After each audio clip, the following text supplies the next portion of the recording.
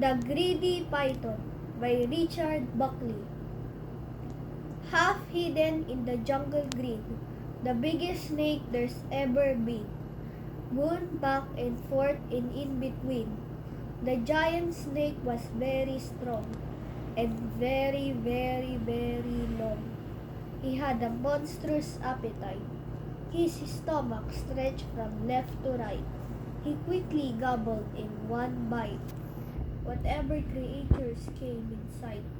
A mouse that scampered to and fro, a frog that jumped up from below, a bat that hung from his left toe, a fish that swam a bit too slow, a bird that flew a bit too low, a porcupine still half asleep, a monkey who was in mid-leap, a leopard sitting in a tree, a buffalo who came to see, an elephant complete with trunk, was swallowed in a single chunk.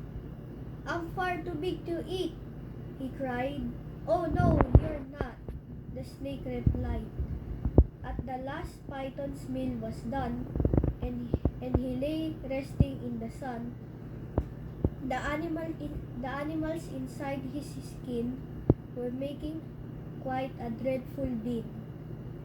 And when they all began to kick, the snake began to feel quite sick. He coughed the whole lot up again.